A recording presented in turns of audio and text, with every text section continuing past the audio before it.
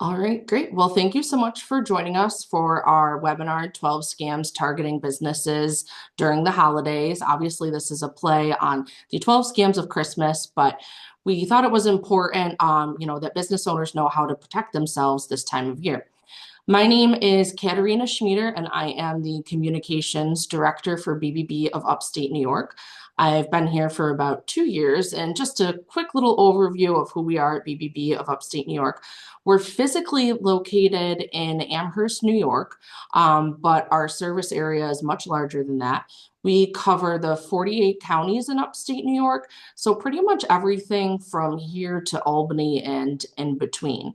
Right now, we have a network of about 7,500 accredited businesses we're very proud of, and we were founded in 1923. So many people don't realize this, but we just celebrated our 100th anniversary last year. And we always encourage you reach out to us, with any questions or concerns you may have, and use us as a resource. We've got tons of information beyond this presentation, tips for businesses at bbb.org. So after this, I recommend you go check it out sometime. All right, so this is important to note. Consumers are not the only ones susceptible to scams during the holidays. Lately, we've been talking a lot about how consumers can protect themselves, especially as they're doing their holiday shopping. But again, it's important to recognize that businesses are often targets of scams and it can come with costly consequences. It's important that business owners take extra precautions to be able to identify, avoid, and protect themselves from scams. So with that, we will get into the first slide. All right, first up, we have something called business email compromise. Business email compromise fraud is an email phishing scam that typically targets people who pay bills in businesses, government, and nonprofit organizations. In business email compromise fraud, the scammer poses as a vendor who emails an employee and asks them to wire money, buy gift cards, or send personal information. The money then goes into an account controlled by the con artist. The holiday twist, scammers may impersonate the boss and email workers to buy gift cards for a holiday party or donate to a cause. Smart solution, check all email addresses and verify the email with the alleged sender. Don't click on links if you are not sure. Scammers are very savvy. They might impersonate a boss or supervisor at your organization. So if you receive an email from them that looks a little fishy, look closely at the email address to make sure that it is the correct email address for the person who claims they're trying to reach you. And then it's best to reach out and verify with the sender directly before clicking on any links or sending any personal information. Number two, phony invoices. Businesses receive fake invoices demanding payment for products or services never ordered or received. The most common scams involve office supplies, website or domain hosting services, and directory listings. If you look closely, you'll often see fine print that identifies the bill as a solicitation. The holiday twist, watch for potential fake invoices for holiday decorations or party supplies, or end-of-year invoices for things you didn't order.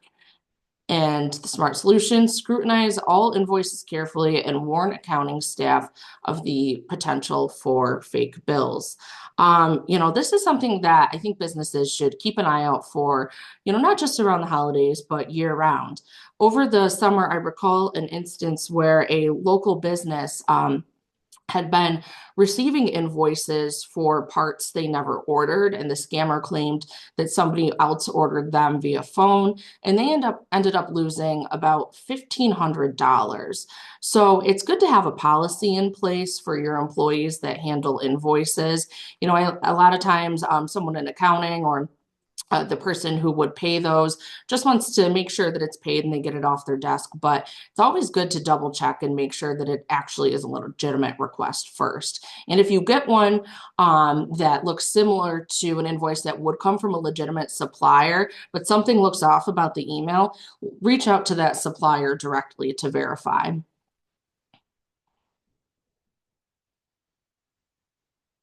All right, number three, directory scams. Con artists attempt to fool businesses into paying for a listing or ad space in a non-existent directory. Sometimes the directory will technically exist but won't be distributed to potential customers. Other times, the scammer might lie about being with a legitimate directory. Either way, the business is billed hundreds of dollars for listing services they didn't agree to or for ads that were never placed.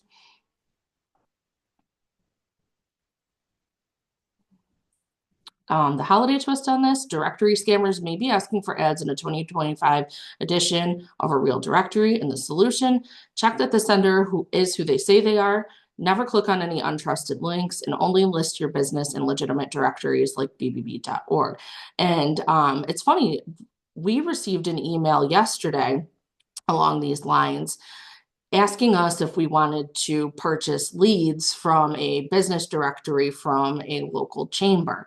They emailed somebody in our office who typically wouldn't handle that, and that individual knew to forward it to me to make sure it was legitimate. But after doing a quick search of the company that claimed to be reaching out, it was a scam. So I then reached out to the organization that they claimed to be a representative from. But it's just a good reminder to always double check when you receive something suspicious like that, and let your employees know if they're unsure. They should always forward it to somebody in your office who can take those extra steps to verify or give it a second set of eyes.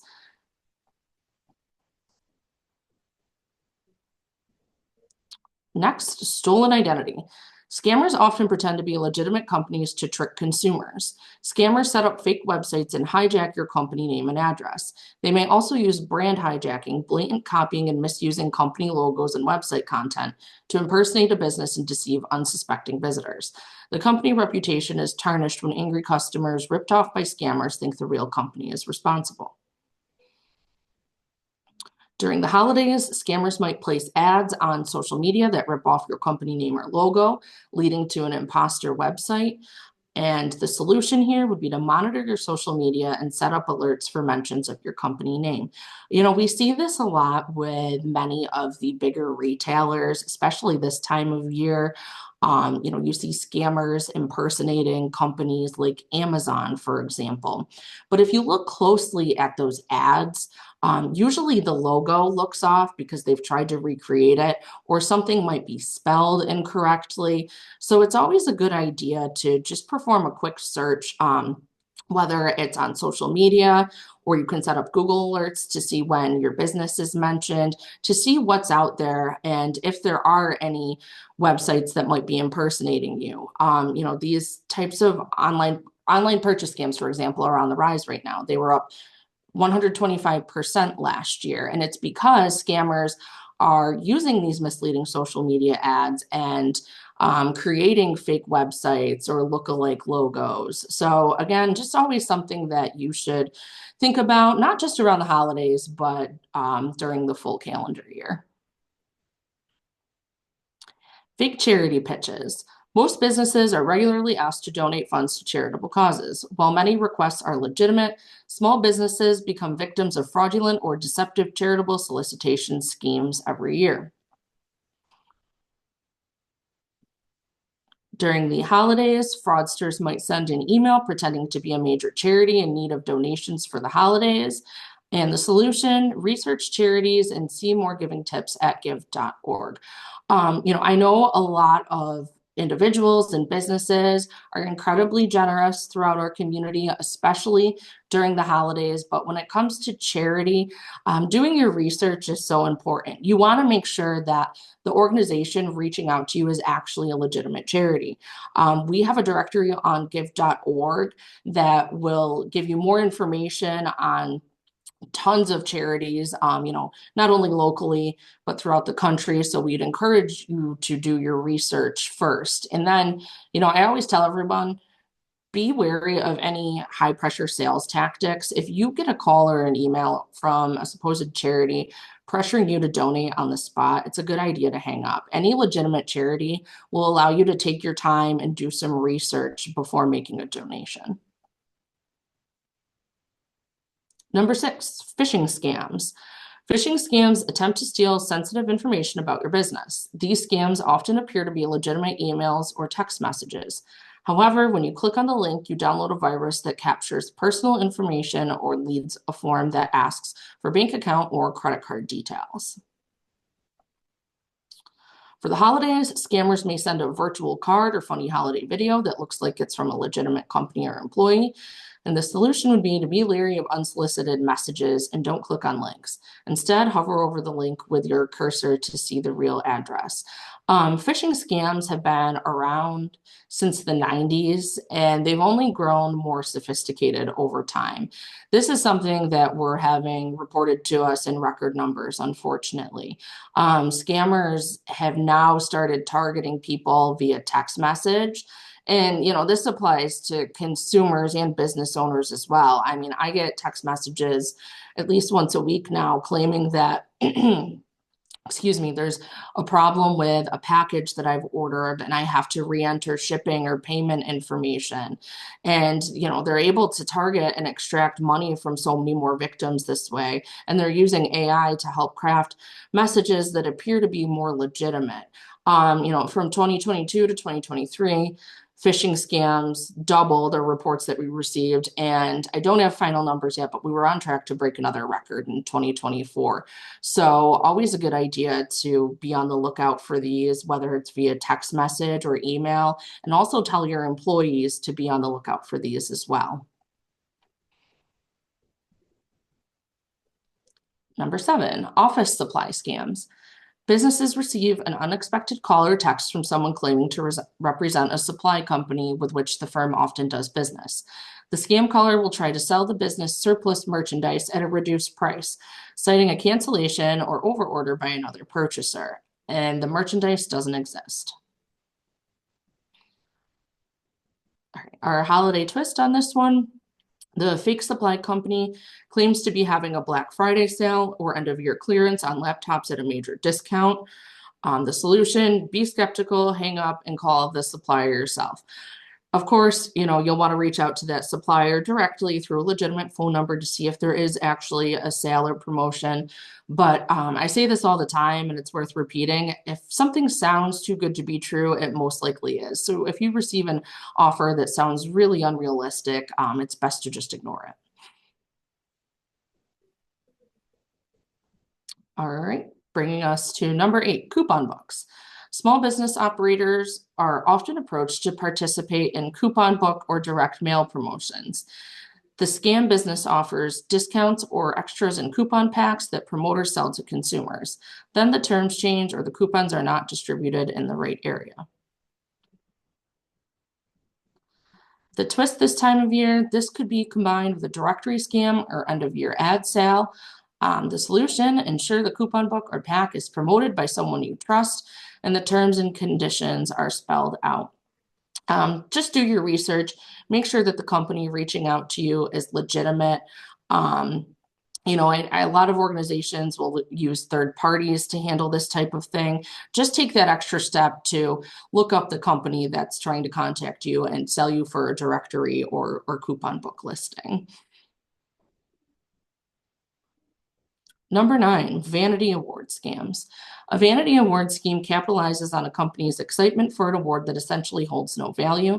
This con typically targets business owners and congratulates them on their selection for the award, inviting them to click a link for further details on how to claim the prize. But claiming the honor involves paying a several $100 fee.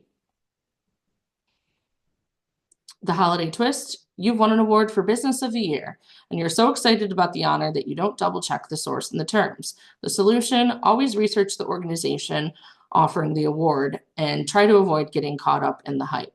Of course, it's exciting if somebody reaches out and tells you you've won an award this time of year, or really any time of year. But again, just research the organization first to make sure it is legitimate. And in my experience, most awards aren't handed out in an unsolicited fashion like this. You would typically have to apply for it first. So I would be wary of any communications that tell you you've won or been selected for an award that you didn't actually apply for or that you've never heard of. Number 10, overpayment scams. In this scam, the person you are doing business with sends you a check for more than the amount they owe you. Then they instruct you to wire the balance back to them. The check eventually bounces, and you're stuck responsible for the full amount, including what you wired to the scammer. Our holiday twist, a fake customer could send you a too big check for a large order, then ask you to send the overage back. The solution, be skeptical of overpayments. Check with the bank if you're given a check for more than the bill. Yeah, it's highly unlikely that this is going to happen. So, like we said, if somebody contacts you about an overpayment, be skeptical and take the time to contact the bank before you're sending any money back. Number 11, voicemail hacking scams. Scammers are clever and they can hack into your company voicemail software, stealing your messages and then scamming your customers via phone or text when they contact them back. The holiday twist, this scam could do major damage during the holidays, causing you to miss important calls or reservations and sully your reputation. The smart solution, update your voicemail, PIN, or passcode often, and check your recorded greeting regularly. Like anything else, always a good idea to change your voicemail PIN frequently, like you would your passwords. I know most of us are prompted to change our passwords for email and things like that, about once a month, but it's also a good idea to do that for your voicemail as well. Number 12, fake AI services. Artificial intelligence is everywhere, as we know, with companies proposing the purchase of AI software to streamline your business. Scammers pose as a legitimate business offering a free trial of their product and then either don't deliver or impose undisclosed fees. Our holiday twist, a fake business could offer you an AI solution for your end of year inventory, hoping you're too busy to double check the authenticity. And the solution, ask for references. Check every business on bbb.org and only do business with BBB accredited, highly rated AI companies. Here's an example of when you can use this as a resource. As you know, we have thousands of business profiles on bbb.org. And with AI being so popular and growing so quickly, it's an opportunity for scammers to take advantage of that and try to rip people off. But again, just do your research and look up any company that's trying to contact you, read reviews, see if the BBB has any information on them, and ask for references. Legitimate companies will be happy to supply you with references so you can see what other customers have experienced in dealing with them. All right, and on to our tips to avoid small business scams. I know we covered a lot of these, but we'll run through them anyway. Keep good records. Always a good idea to keep documentation of all orders and purchases should you encounter any issues. Be extra careful with payment procedures. Establish an approval process for transactions above a certain dollar amount. Always a good idea to, have people in accounting who might be handling those invoices, double check or verify with the individual that did make a purchase, especially since we know scammers might try to trip you up and tell you that somebody else made it over the phone. Double check vendors. Make sure that the vendor contacting you is the legitimate one that you know and trust. If you're not sure, don't click. And this is where, we would say just reach out to that vendor directly through a legitimate phone number. Always a good reminder, be careful what information you share. Do not give out information about your business unless you know how the information will be used and who is receiving the data. Protect your devices. Make sure you have proper computer protection software and a firewall. And like we've mentioned, don't click on links in unsolicited emails or texts.